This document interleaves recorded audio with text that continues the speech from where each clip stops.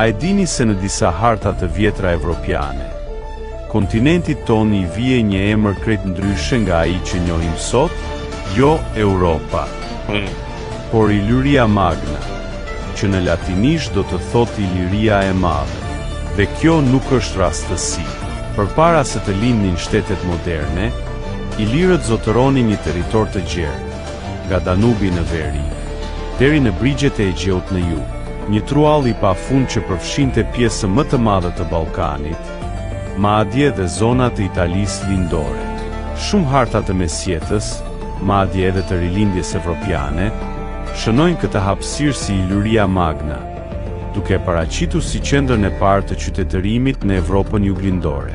Studiuesit thonë se termi Illyria Magna është përdorur për të treguar rënjët e një perandorie të lashtë, që ndikoi në kulturë, në gjuhë dhe në vetë identitetin evropian. Shumë besojnë se ilirët ishin populli më I lashtë autokton I këtij kontinenti, dhe nga ata u zhvilluan shumë kultura më pas, përfshirë edhe ajo romake. Dhe ja ku vjen pjesa më interesante. Disa gjumë të këtyre hartave ruhen ende në arkivat e Vatikanit dhe të bibliotekave europiane.